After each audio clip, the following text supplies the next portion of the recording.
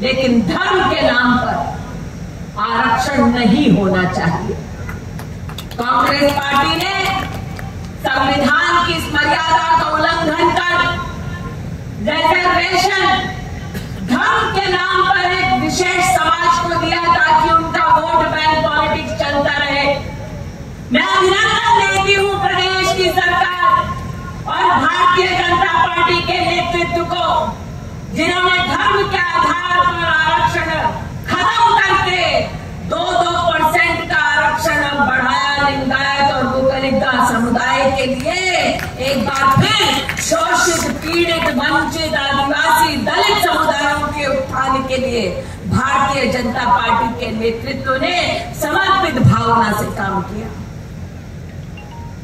हमको लगा कि कांग्रेस पार्टी से ये त्रुटि हुई है तो कांग्रेस पार्टी अपनी इस गलती को सुधारने का काम करेगी, लेकिन सत्ता के लिए कांग्रेस पार्टी इस तरह से लालायित है कि दलितों का, आदिवासियों का अधिकार ना मिले, मात्र एक वर्ग विशेष को ही रिजर्वेशन मिले। इसीलिए धर्म के आधार पर आरक्षण मिलने के लिए आदिवासी, दलित, शोषित, पीड़ित, वंचित समाज के विरुद्ध में कांग्रेस के नेता सुप्रीम कोर्ट में जाकर केस लड़ने लगे।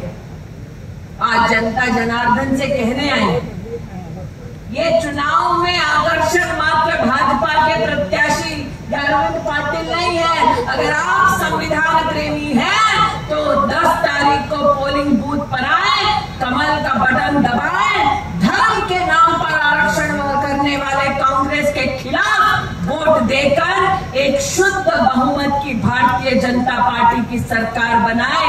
आज ये निवेदन लेकर आपके मध्य आई। ये निवेदन क्यों करती हूं?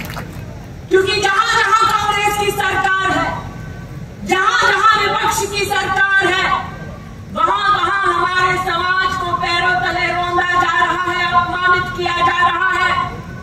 ये वो कांग्रेस पार्टी है जो ऐसे लोगों के साथ सत्ता में आने का प्रयास कर रही है, गठबंधन कर रही है, जो हिंदू समाज के अलग अलग वर्गों का अपमान कर रही है। आपको बतलाना चाहती हूं, कांग्रेस पार्टी ने राष्ट्रीय स्तर पर कहा मोदी को घेरो और विपक्ष का एक नया दल बनाओ और दल में ममता जैसे लोगों को लेकर आओ। खानापुर की जनता से बताना चाहती हूं, जहां जहां ऐसे लोग हैं वहां गरीब जनता और महिला का क्या हाल है। कांग्रेस के साथी तृणमूल कांग्रेस के लोग जहां पर सत्ता में है वहां 60-70 साल की महिलाओं का गैंगरेप कराते हैं ताकि उनके समुदाय को वो किसी न किसी प्रकार से दंडित कर सके। मैं जनता से पूछना चाहती हूं कि कांग्रेस पार्टी अगर ऐसे लोगों के साथ हाथ मिला रही है तो क्या हमारा समाज, हमारे परिवार, हमारे घर की बहू, बेटियां, बहनें ऐसे राजनीतिक दलों के संदर्भ में सुरक्षित है? इसलिए ये चुनाव मात्र भारतीय जनता पार्टी के प्रत्याशी का चुनाव नहीं। अगर आप समाज को संगठित और सुरक्षित रखना चाहते हैं तो 10 तारीख को पोलिंग बूथ पर आए, कमल का बटन दबाएं, पूर्ण बहुमत की भाजपा की सरकार बनाए। आज ये निवेदन लेकर आपके मध्य में आए। यहां भारी संख्या में महिलाएं हैं, वरिष्ठ हैं। मैं महिलाओं से पूछना चाहती हूं, जब घर पर विपदा आती है, घर में कोई बीमार होता है, बीमारी का खर्चा अगर 2-3 लाख, 4 लाख, 5 लाख रुपए तक जाता है तो घर में महिलाओं के गहने गिरवी रख दिए जाते हैं। अगर पिता के पास, परिवार के पास कोई जमीन है वो गिरवी रख दी जाती है और पूरा का पूरा परिवार डॉक्टर और अस्पताल का खर्चा भरते भरते जीवन बिता देता है। गरीब परिवार की इस दुविधा को समझते हुए नरेंद्र मोदी जी ने आयुष्मान भारत की शुरुआत की। इस पूरे इलाके में, पूरे जिले में लगभग 10 लाख लोगों को इसका सहारा मिला। और आज हम भारतीय जनता पार्टी के कार्यकर्ता बड़ी विनम्रता से जनता से कहते हैं कि 70 साल कांग्रेस के पास जब अधिकार था केंद्र में सरकार चलाने का, तब कांग्रेस पार्टी ने गरीब परिवार को 5 लाख रुपए प्रति वर्ष मेडिकल की व्यवस्था करके नहीं दी। अगर गरीब परिवार को मेडिकल की 5 लाख रुपए की सालाना व्यवस्था किसी ने करके दी तो उस नेता का नाम है नरेंद्र दामोदर दास मोदी। मैं जनता जनार्दन से पूछना चाहती हूं, महिला हो या पुरुष, बड़े हो या छोटे, कोविड की वैक्सीन किस किसने लगाई? हाथ उठाओ, किसने लगाई? किसको मुफ्त मिली वैक्सीन बताओ? सबको 2 डोज मिला कि दादा 3 हो रहा है? बूस्टर 3 ना। 1 डोज की कीमत क्या है मार्केट में बताओ? 3 डोज किती? 1800। आणि एक परिवार मध्ये किती लोक आहे? 4 के 5? 5 किती झालं? 9000। करा गणित करा, किती? 9000 ना। अब सच बताइए, गरीब के पास कभी 9000 की वैक्सीन का पैसा होता क्या अगर मोदी मुफ्त में वैक्सीन नहीं देता? संभव था क्या? संभव था? नहीं। अगर सत्ता राहुल गांधी सोनिया गांधी के हाथ में होती, सिद्धरामैया शिव कुमार के हाथ में होता, अभी तो उन्हीं को मालूम नहीं है किसके हाथ में है। मुफ्त में इंजेक्शन मिलता क्या? मुफ्त में वैक्सीन मिलता क्या दादा? और उसका भी इंतजाम किया था गांधी खानदान। मोदी परिवार ने कहा, नरेंद्र मोदी ने कहा कि हम हिंदुस्तान में वैक्सीन बनाएंगे, पूरे दुनिया को हिंदुस्तान का वैक्सीन पहुंचाएंगे। बोला था कि नहीं? बोला था कि नहीं? बोला था ना। राहुल गांधी ने क्या बोला था? विदेश से वैक्सीन लाओ, मेरी पॉलिटिक्स बचाओ। बोला था कि नहीं? किसको फिर समर्थन मिलना चाहिए? वो राहुल गांधी, वो गांधी खानदान, वो कांग्रेस पार्टी जो हिंदुस्तान को कहती है खुद पर विश्वास न करो, या वो नरेंद्र मोदी जिसने हिंदुस्तान के विश्वास को जागृत कर हमको 5वीं सबसे बड़ी अर्थव्यवस्था पूरे विश्व में बनाया? उस मोदी का पैगाम लेकर भाजपा का कार्यकर्ता आया कि 10 तारीख को पोलिंग बूथ पर जाओ, कोविड की अगर वैक्सीन मिली है तो कांग्रेस को इंजेक्शन लगाओ, कमल का बटन दबाओ, लेकर आपके मध्य आई। देखा है धूप कड़ी थी, अब धीरे धीरे शांत हो रहा है। वैसे ही कांग्रेस का मिजाज कड़क था, अभी धीरे धीरे शांत हो रहा है। आज सुनाए गई कहीं पे अमित शाह के खिलाफ रिपोर्ट कराने, पीटी वाता है कांग्रेस ला, ये वाला हार गए तो मैडम खटिया खड़ी कर देगी। उनको बोलने वाली चिंता मत करो, ये वाला चुनाव भी हारोगे, क्योंकि जनता जानती है कि अगर समृद्धि चाहिए, जनता जानती है अगर विकास चाहिए, जनता जानती है अगर सुरक्षा चाहिए, जनता जानती है समुदाय को अगर सम्मान चाहिए, तो 10 तारीख को पोलिंग बूथ पर आइए, कमल का बटन दबाइए, विठल राव को जिताइए और पूर्ण बहुमत की भारतीय जनता पार्टी की सरकार बनाइए। जो कांग्रेस के पक्ष से लड़ रहे हैं,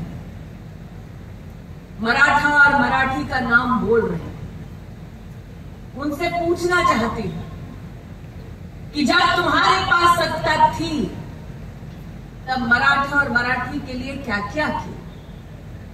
आज भारतीय जनता पार्टी के कर्नाटक प्रदेश के कार्यकर्ताओं का ये गौरव है कि हमारी पार्टी ने प्रदेश में पहली बार मराठा डेवलपमेंट कॉर्पोरेशन की स्थापना की और समाज का सम्मान बढ़ाया। बात सम्मान की आती है तो देख रही हूं कि वर्दीधारी भी आज सुरक्षा में तैनात है। ये वो लोग हैं जिनको देखकर ही माथा श्रद्धा से झुकता है।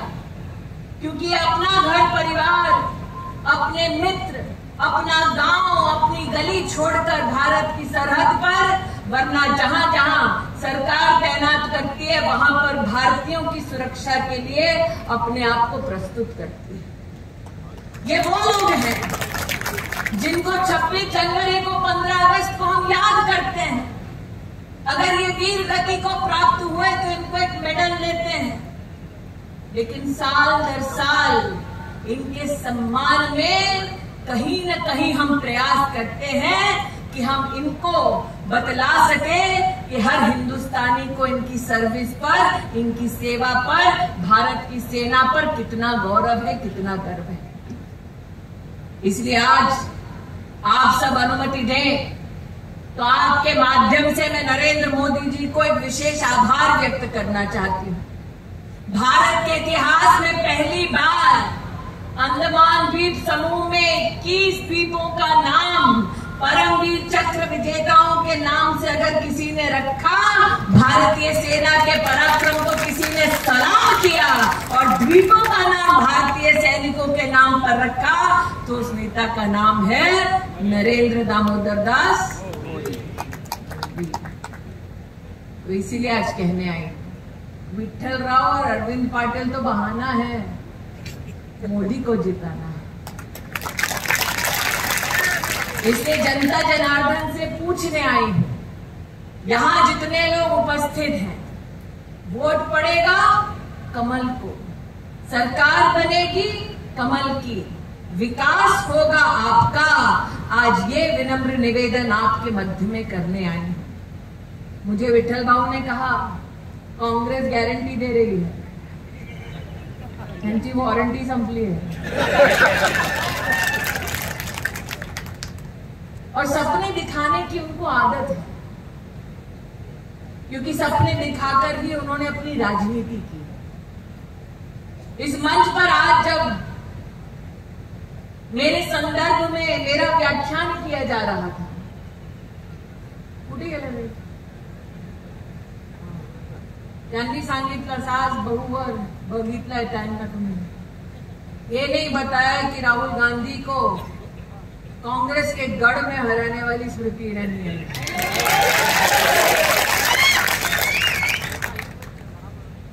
और जहां पर राहुल गांधी 15 साल थे, गांधी खानदान जहां 40 साल था, मैं सामान्य परिवार की लड़की जाकर वहां हराया भारतीय जनता पार्टी के कार्यकर्ताओं। और उसके पीछे कारण क्या? 40 साल में 80% नागरिक को अमेठी में ना बिजली था ना टॉयलेट था। 40 साल में जहां स्वयं राहुल गांधी और उनका खानदान था, वहां 2 लाख परिवार म्हणजे 10 लाख लोगों के पास रहने को घर नहीं। 40 साल में जहां गांधी खानदान का एक छत्र राज था, वहां पर जिला अस्पताल में पहली एक्सरे की मशीन, पहली डायलिसिस सेंटर नरेंद्र मोदी ने बनवाई। 40 साल जहां गांधी खानदान का गढ़ था, वहां पर जिला कलेक्टर का ऑफिस योगी ने और मोदी ने बनाया। 40 साल जहां पर गांधी खानदान का गढ़ था, अरविंद भाऊ, वहां खाद की पहली रैक स्मृति ईरानी ने उतारी। इससे राहुल गांधी, सोनिया गांधी और प्रियंका वाड्रा से कहना चाहती हूँ कि तुम किस प्रकार का शासन देखते हो, उसकी प्रत्यक्ष साक्षी मैं हूँ। तुमने अमेठी को 40 साल लूटा, अब खानापुर को लूटने नहीं देंगे। 10 तारीख को पोलिंग बूथ पर नागरिक जाएंगे, कमल का बटन दबाएंगे, अपने सपनों को, अपनी आकांक्षाओं को जिताएंगे। मोदी लहर में भारतीय जनता पार्टी की पूर्ण बहुमत की सरकार बनाएंगे। आज यही निवेदन करते हुए अपनी वाणी को विराम देती हूँ। जय हिंद, जय भारत, बोलो भारत माता की।